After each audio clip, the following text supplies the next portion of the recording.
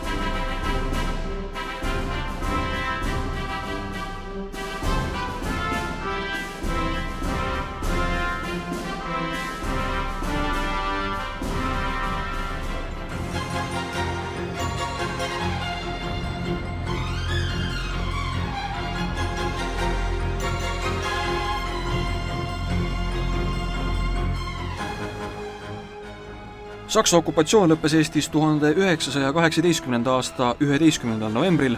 Eesti ajutine valitsus võttis Saksa okupatsioonivalitsuselt võimu üle ja hakkas ise oma riigikaitset korraldama.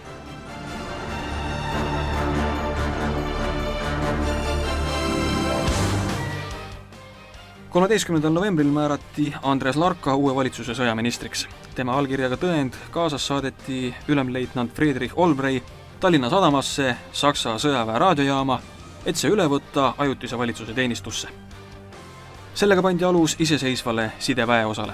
Tallinna raadiojaama ülemaks määrati ülemleitnant Friedrich Olbrey. Ta oli raadioväeosade ülemaks nende loomisest 21. novembrist 1918 kuni 15. märtsini 1924. aastal. 28. novembril 1918 algas vabadussõda. Nüüd oli esimeseks mureks Tallinna raadiojaama raadiotelegrafistide leidmine. Otsimiseks pöörduti väeosade poole ja avaldati kuulutused ajalehtedes. Õnnestus leida 5 spetsialisti laevadelt. Et rohkem neid kusagilt tulemas ei olnud, alustas ülemleitnant Olbrey 12. detsembrist raadiotelegrafistide kursustega, mis kestsid 4 kuud ja kuhu kutsuti väeosadest tehniliste kalduvustega sõdureid ja ohvitsere. Selliseid kursuseid peeti kogu vabadussõja kestel.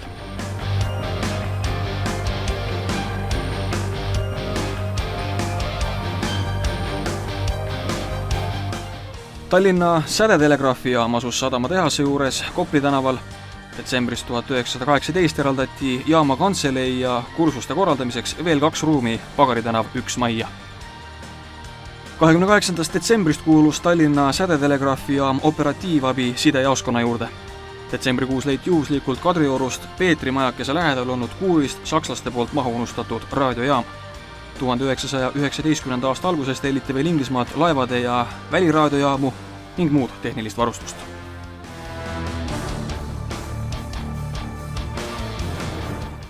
Esimesel veebruaril 1919. aastal nimetati Tallinna raadiojaama juhtkond ümber sõjaministeeriumi sädetelegraafi valitsuseks. Seega sai Tallinna raadiojaam iseseisvaks sideväeosaks ja tema ülesanded laienesid üle kogu Eesti. Oma lähemateks abilisteks määras ülemleitnant Olbrey leitnant Karl Martini jaama vanemaks ohvitseriks, sõjaametnik Albert Kruusimägi vanemaks elektromehaanikuks ja leitnant William Toomingase raadiokursuste lektoriks.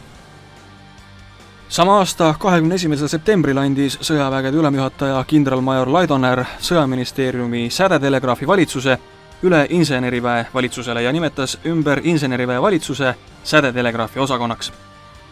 Vabadussõja ajal olid Tallinna raadiojaama tähtsamateks ülesanneteks välisriikidelt pressi ja muude teadete vastuvõtmine, ühenduse pidamine oma ja välismaa laevade raadiojaamadega, meteoroloogiliste ja jääteadete edasiandmine, propagandatöö ja samuti sisemaa raadiojaamadega ühenduse pidamine. Sellele lisaks tegeldi veel Postiameti telegrammide vahetamisega. Peale vabadussõda juba 1920. aasta algusest asuti raadioside spetsialistide ettevalmistamisele Eesti sõjaväe jaoks, sõjaaegsed raadiojaamad remonditi ja muudeti kursuste praktikabaasideks. 1. augustil nimetati inseneriväe valitsuse sädetelegraafi osakond ümber sädetelegraafi rooduks. Roodu ülemana määras leitnant Olbrey nüüd oma abiks ja samal ajal ka Tallinna sädetelegraafi jaama ülemaks endise laboratooriumi juhataja alamkapten Aleksander Teisi, õppejaoskonna ülemaks alamkapten Otto Karelli ja asjaaja kohusetäitjaks sõjaväeametniku Jaan Olbrey. Kuna Tallinna linnavalitsus hakkas augusti lõpus Kopli tänavaruume tagasi nõudma, määras sõjaministeerium sädetelegraafi roodule uueks asukohaks Aafrika tänaval asunud Suhkari kasarmu. Vaatamata ruumide väga halvale olukorrale tuli jätkata tööd. Eriti halb oli ülekoormuse tõttu elektriliinide seis, voolupinge langes pealelõunal kuni 102 voldini ja õppetöö käis petrooliumlampide valgel. Kapitaalremont algas alles detsembris ja venis järgmise aasta 10. märtsini.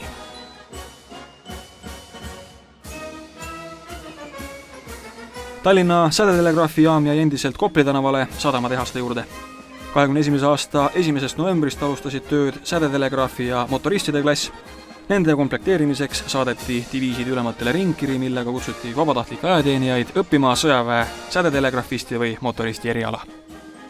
1922. aasta 21. oktoobrist lähetati siis juba alamkapten Friedrich Olbrey Prantsusmaale end oma erialal täiendama. 4. novembrist 1922 nimetati sädetelegraafi rood ümber sädetelegraafi kompaniiks. Kuni 1924. aasta 15. märtsini, mil moodustati sidepataljon, määrati kompanii ajutiseks ülemaks just ohvitseride kursuselt saabunud kapten Ulrich Ojasson.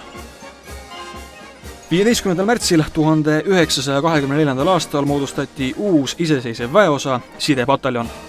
Ülemaks määrati major Friedrich Kapsi. Pataljon paiknes endiselt Suhkari kasarmus, mille nimetus muudeti sõjaministri päevakäsuga 1923. aasta 2. novembrist Mäe kasarmuks. Major Kapsi oli sidepataljoni ülemaks kuni 1. veebruarini 1933. aastal. Pataljoni koondati ühiseks sideüksuseks peale sädetelegraafi kompanii veel inseneripataljonile allunud telegraafikompanii ja pioneerpataljoni õppekompanii telegraafirühm. Pataljon koosnes nüüd raadiokompaniist, telegraafi telefonikompaniist, õppekompaniist, mille juurde kuulusid õppetöökojad ja töökomando. Juurde moodustati 2 uut üksust, helgiheitjate kompanii ja postituvide baas. Postituvide baasi asutamise kuupäev oli 10. juuli 1924. Baasi asukohaks valiti Jägala mõisa Härrastamäe Pööning. 1925. aastal kolis baas ümber Harkusse. 26. aastal lisandusid tuvidele ka sidekoerad. Esimest korda võtsid tuvid ja koerad manöövritest osa 1927. aastal Jägalas.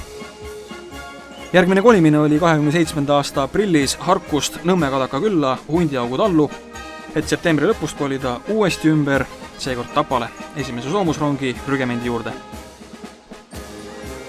1924. aasta 1. detsembri mäss Tallinnas puudutas ka sidepataljoni.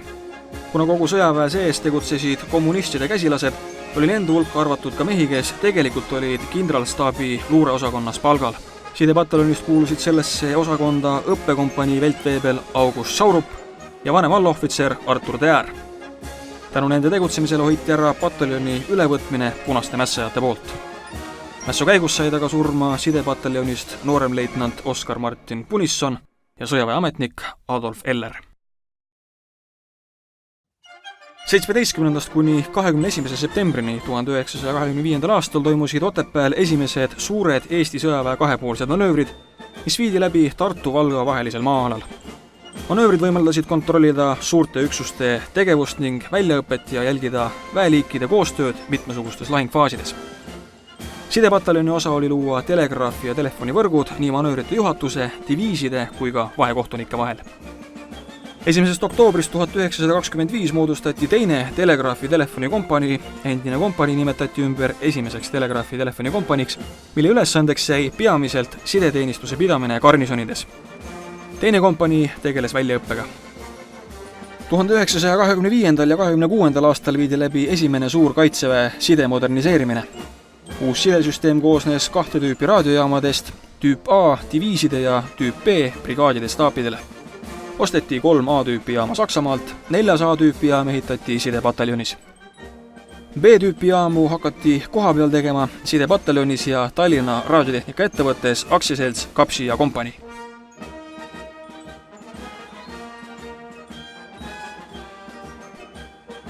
1928. aasta augusti lõpus algas Tallinna garnisonis suurruumide ümberpaigutamine. Kui selle ajani paiknes Ülemiste kasarmutes allohvitseride kool, siis nüüd paigutati sidepataljon ja 10. jalaväe rügement ehk skautspataljon nendesse ruumidesse. Sidepataljonile määrati plokk number 1, kuhu tuli kiiremas korras alustada töökodade üleviimist, et vabastada Mäekasarmu autotanki divisionile. Kõik ümberkorraldused tuli lõpetada 19. septembriks. Sellest peale toodi pataljonisstaap, mis seni asus Kilde tänav 4 Ülemiste kasarmute vahel asuvasse majja, milles enne oli allohvitseride kooli kantselei ja kasiino. Õppekompanii koos töökodade ja laboratooriumitega toodi Ülemiste kasarmute esimesse plokki koos noortekompaniiga. 1929. aasta algusest seati Ülemiste kasarmus sisse õppeklassideks avaramad ruumid ja soetati rohkem õppevahendeid. Töötingimused paranesid. Seati sisse praktiliste tööde läbiviimiseks õppetöökodadesse pingid, masinad ja transmissioonivõll. Klassidesse ehitati vaheseinad ja kinni tehtud võlvid. Samal aastal ehitati sidepataljoni õppetöökodades katsetamiseks 2 lühilaine saatjat vastuvõtjat.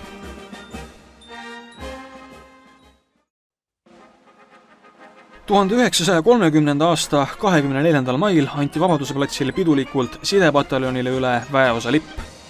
Annetajateks olid Järva maavalitsus ning Paide ja Türi linn. Nii sai lipupäevaks 1930. aastal 24. mai. 24. mail oli lipu õnnistamine ja paraad Vabaduse platsil. Sidepataljoni lipul oleva vapilinnu jalge ees paiknevad nooled sümboliseerivad elektrit ja tähed tema pea kohal erinevaid sideliike, telefoni, telegraafi, raadiot, signaalvahendeid ning postituvisid koos sidekoertega. Sidepataljoni lipuga on seotud veel eriline lugu. Ainsana on Eesti kaitseväes säilinud just selle väeosa lipp täiesti tervena ja puutumatuna. 1940. aastal sõjaväe tehnikakooli lõpetanud ja seejärel sidepataljoni teenima suunatud nooremleitnant Leonhard Hindola viis sügisel Türile oma kihlatu juurde tsinkplekist kasti, mille sees oli tema väeosa lipp. Ta palus lippu ära peita, kuni olukord Eestis taastub. Vapper kooliõpetaja Liidia Mägi hoidis ja peitis lippu 57 aastat, kartulikeldris ja hiljem oma toas diivanivatti õmmelduna. See õnnelik väeosa lipp anti 1998. aasta 30. mail pidulikult üle Laidoneeri muuseumile Viimsis. Noorte väljaõppe hakkas toimuma sissekutsetele vaheldumisi esimese ja teise sidekompanii juures. Reameeste väljaõppe toimus kompaniides ja diviiside juurde läkitatud siderühmades paralleelselt teenistusega sidejaamades. 1933. aasta 1. veebruarist vabastati kolonel-leitnant Kapsi tegelikust kaitseväe teenistusest. Uueks pataljoni ülemaks määrati kolonel-leitnant Friedrich Olbrey, kes võttis pataljoni juhtimise üle 9. septembril. Tema ametis olemise aeg jäi vaid 1 aasta pikkuseks. 10. septembrist 1934 määras riigivanem oma otsusega kolonel-leitnant Friedrich Olbrey riigi ringhäälingu juhatajaks.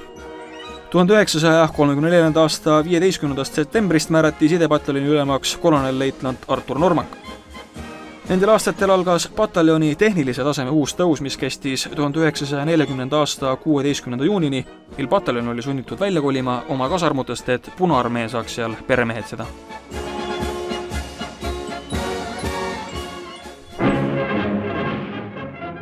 Kolonel-leitnant Normak oli pataljoni ülem 1936. aasta 16. septembrini.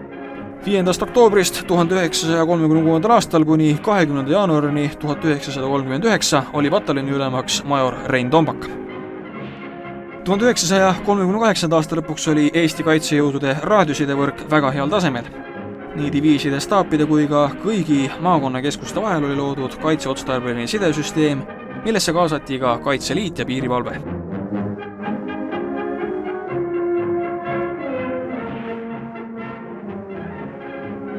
...1939. aasta 1. veebruarist määrati pataljoni ülemaks kolonelleitnant Otto Korell.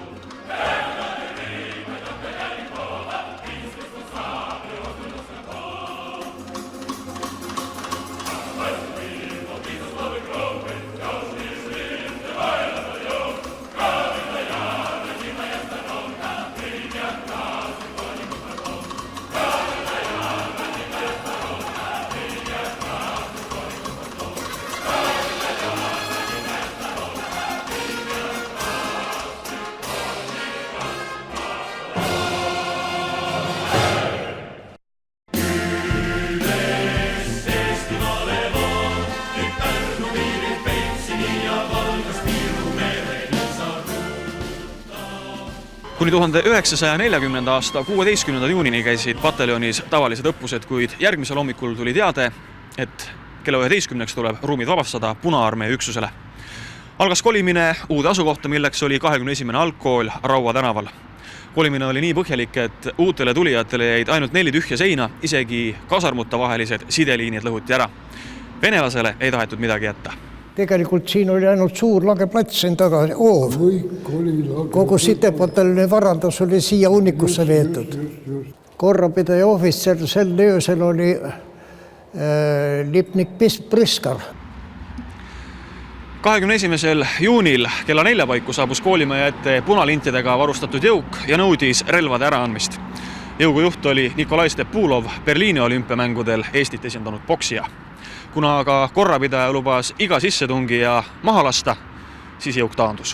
Umbes poole tunni pärast tuldi tagasi koos punaväe soomuki ja sõduritega. Punase politruki nõudmisel võeti nüüd püramiidist relvad ära, sest vahepeal tuli käsk relvade loovutamiseks. Õhtuks tuli kuskilt teade, et sidepataljoniga tullakse arveid klaarima. Kuna aga relvade konfiskeerijad ei teadnud midagi reservrelvade ja laskemoona olemasolust, siis võeti need nüüd välja ja puhastati kiiresti. Saati välja tunnimehed ja õhtuks, kui punaste soomukid jälle tulid siia maja juurde, oli iga akna jaoks juba oma tunnimees olemas.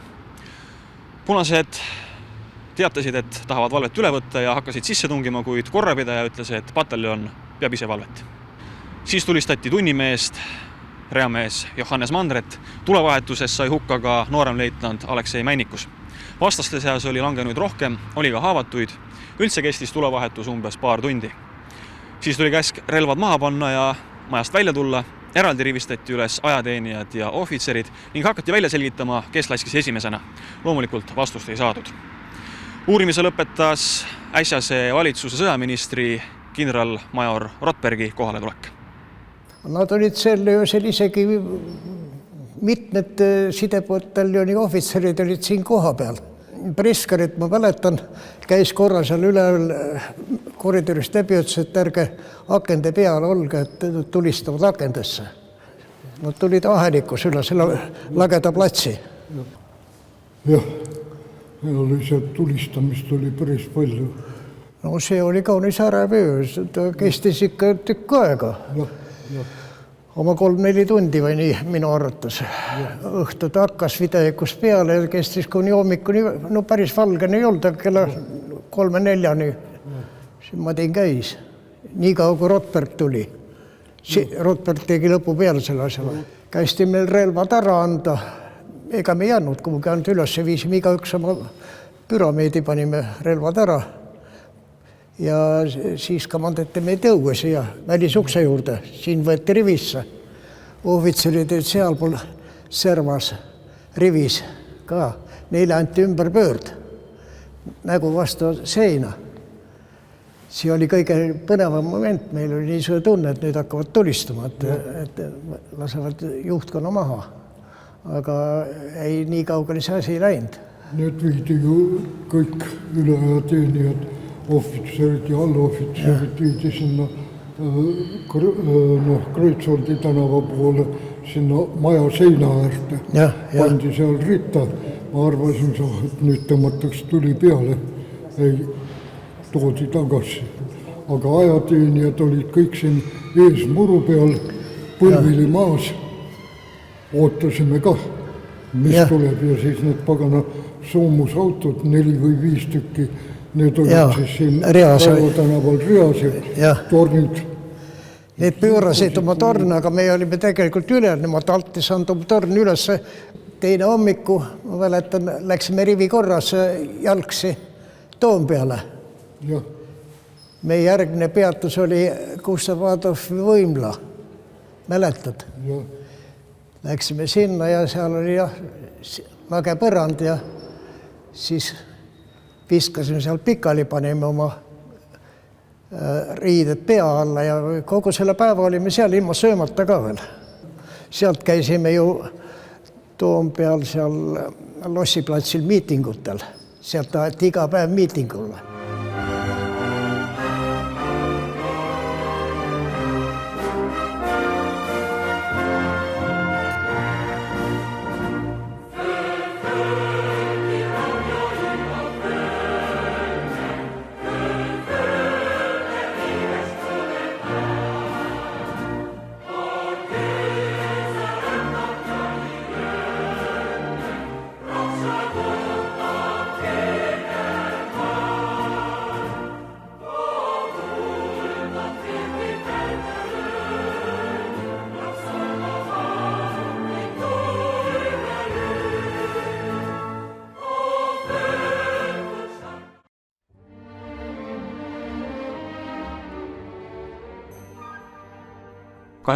Juulil määrati major Otto Korell sõjavägede staabi käskude täitjaks ohvitseriks ja tema asemel kinnitati sidepataljoni ülemaks kindralmajor Gustav Arnold Kasemets. Alates augustikuust oli järjekordne asukoha muutus, 2 maja Narva maanteel, Inglise kolledži hoone ja selle kõrval 2-kordne puumaja, seal jätkusid ka õppused. Sidepataljon likvideeriti 1. oktoobrist 1940. aastal. Nii ohvitserid kui ka varandus viidi üle Punaarmee 22. laskurkorpuse 180. ja 182. laskurdiviisi. –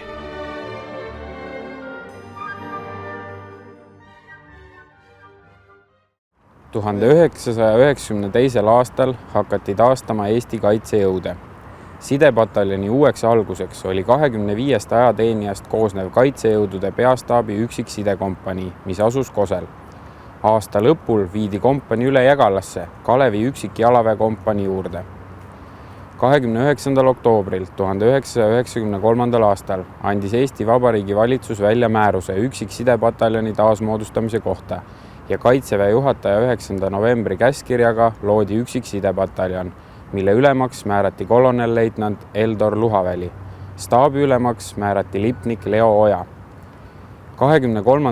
novembrist 1993. aastal toodi pataljoni üle ka peastaabi üksiksidekompanii. Pataljoni ülesandeks oli tagada side Kaitseväe üksuste vahel, valveteenistus garnisonis ja kaitsejõudude peastaabi 2 välikomandopunkti valve, kaitse ning teenindus. 17. jaanuarist 1994. aastal kolis sidepataljon Tallinnasse, Eerika tänavale, endistesse Nõukogude Liidu mereväe kaldabaasi kasarmutesse. Samuti toodi sinna valverühm Filtritee kasarmutest. Teenistus sai alguse 1992. aastal, kui kutsuti mind siis nimetatud siderühma.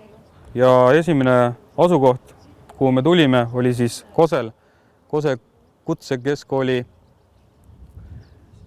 ühiselamusse. Asusime 3. korrusel.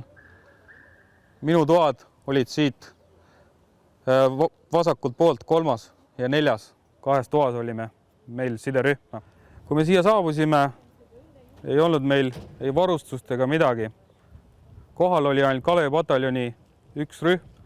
Need tulid kuu aega varem kohale ja tänu neile siis me hakkasime sisse elama. Nemad õpetasid meile, kuidas voodit teha. Koha peal, kui me siia saabusime, ei olnud isegi ülemat. Ülem tuli üks päev hiljem.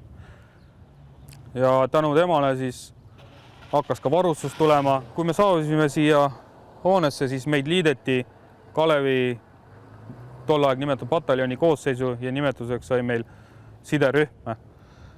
Meid oli seal 25 inimest, kõik tublid Eesti poisid. Peale seda, kui me saime endale ülemuse, hakkas ka elu edasi arenema. Tuli varustust, hakati tunniplaani koostama, kuigi meil eriti siin õppeklasse ei olnud. Ja suurem jagu tundidest koosnes rivi marsist ning rivi väljaõppesta. Kui me tulime, öeldi meile, et edasine asukoht on meil Jägala linnak, kuid Jägala linnakas olid hetkel Vene väed sees ning me ei saanud minna. Siin me olime minu mäletuste järgi 2–3 kuud. Peale seda, kui Kalevi pataljon oli enam-vähem komplekteeritud, suundusime Jägala linnakusse, kus seal nimetati meid ümber juba sidekompaniks. Suunati meid siis Jägala linnakusse.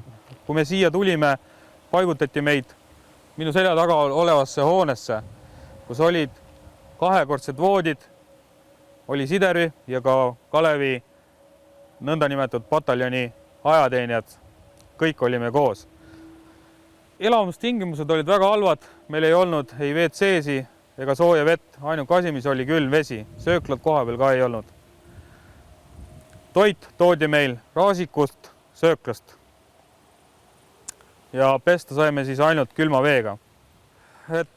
Kui me siia saabusime, siis öeldi meile, et Vene väge siin sees ei ole, kuid kahjuks olid ka Vene väed siin sees. Esialgne elu käis selliselt, et meie patrull oli väljas ja käisid ka Vene sõjaväelased patrulleerimas. Mingi moment öösel sattusid 2 patrulli kokku ja siis oli seletamist ja arusaamatust päris palju. Selles hoones minu selja taga saime olla kusagil 2–3 kuud. Peale seda, kui oli tehtud mingisugune sanitaarremont selles hoones, majutati meid teisele korrusele. Esimesel korrusel oli Kalevi pataljoni ajateenijad, sidepataljoni siderühm oli siis teisel korrusel. 1993. aastal siis nimetati ümber meid juba sidekompaniks. Ülemaks oli see aeg siis leitnant Villem Sedrik. Kui me siia saabusime, aga meil ei olnud mingisuguseid sidevahendeid, absoluutselt mitte mingisugused. See, mis venelased maha jäid, olid ainult kaaskantvad raadiojaamad. Hetkel ma kahjuks marki ei mäleta. Kuid hiljem, sügise poole, 1993. aasta sügise poole, eraldati meile 3 raadiojaama ja ühe selle sõiduki ülemaks või meeskonna ülemaks olin ka mina. ja ütlen ausalt, et sellest hakkas ka minu sideväelase karjäär. Mina tulin ajateenistusse 94. aasta 30. märtsil sellesse samasse hoonesse, Erika 13. Hoone pealt siis sidepataljoni osa oli keskmine osa, 2 korrust ja vasakpoolne tiib, kus oli tagala ja staabi osa. Medpunktis ära käidud, jagati meid kompaniidesse laiali, kuid kuna varustus ei olnud veel kohale tulnud, riidevarustus, siis me käisime 2 päeva ringi nagu hilparakad, ehk siis mõni sai mütsi, mõnel olid saapad ja püksid, mõni käis oma riietega ja kes siis harjumusest tuli vanade rööbadega, siis nad pidid 2 päeva nendega ringi käima. Sidepataljon koosnes 2 suuremast kompaniist. Sidekompanii, õppekompanii. Sidekompanii elutses allruumides, õppekompanii üleval. Majutuseks oli üks suur ruum, kus 100-110 meest elas ühes ruumis, kas siis ühekordsetes voodites või narides. Lisaks oli olemas veel tagalarühm. Teenistust alustasin Jägalas Kalevi pataljonis, kus sai siis õppekompaniis oldud kusagil 2 kuud ennem, kui me tulime siis Jägalast Tallinnasse. Ja väljaõppe jätkus siin siis täpselt samamoodi, nagu ta oli Jägalas, kuigi siin on ruumi vähem. Kui me seal jooksime metsaterritooriumil, siis siin sai kasutatud söökla ringe, peale mida siis igat ennem sööki, peale sööki joosti. 90 meest oli minu õppesse võetud ja teenisime siis oma õppeaja lõpuni siin märtsi lõpupaiku sai see läbi, peale mida siis jaotati meid sidekompanii ja tagalarühma vahel. Ütleme siis, et novembrikuuni, novembri algusest algas see kolimine. Aasta oli siis 1994, novembrikuu alustasime siit kolimist Filtriteele siis.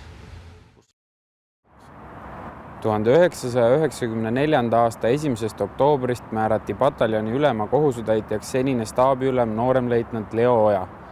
21. novembril 1994. aastal, pataljoni 75. aastapäeval, annetas Eesti Vabariigi president talle lippu, millega sai üksik sidepataljon jälle täieõiguslikuks pataljoniks. Novembri lõpus koliti tagasi värskelt remonditud Filtritee kasarmusse, mis oli 1940. aasta juunis tulnud maha jätta. 16. jaanuarist 1995. aastal kuni 7. juulini 1997. aastal oli pataljoni ülemaks major Artur Suusik. Sama aasta 15. maist toodi sidepataljoni koosseisu Kaitsejõudude peastaabi staabikompanii. Asusin teenistusse 93 maikuus. Esmapilk ei olnud midagi lubavat. Kõigest ja kõigist oli puudus. Erika tänavalt 93. aastal ära toodud telefonikomutaator ja nagu ka kogu olemasolev võrk oli väga kehvas olukorras. Ja seega tolleaegne ülem tegi mulle ettepaneku prioriteedid paika panna. Ja 3 põhisuunda, mis siis said, olid siis alustada keskjama ruumide väljaehitamist ja normaalse töö tagamist, kaadri väljaõpetamist ja oma autopargi saavutamist või autopargi leidmist. Hetkeolukord, kui mina siit uksest siis sisse astusin nendest samadest ruumidest, siis jäi täpselt siuke tunne, et 17. aasta revolutsioon oli just otsa saanud. Kaablid jooksid läbi uste, üle katuste, kuidas võitlejad kiire käega need ehitanud parasjagu olid. Ega halval on ka omad head pooled.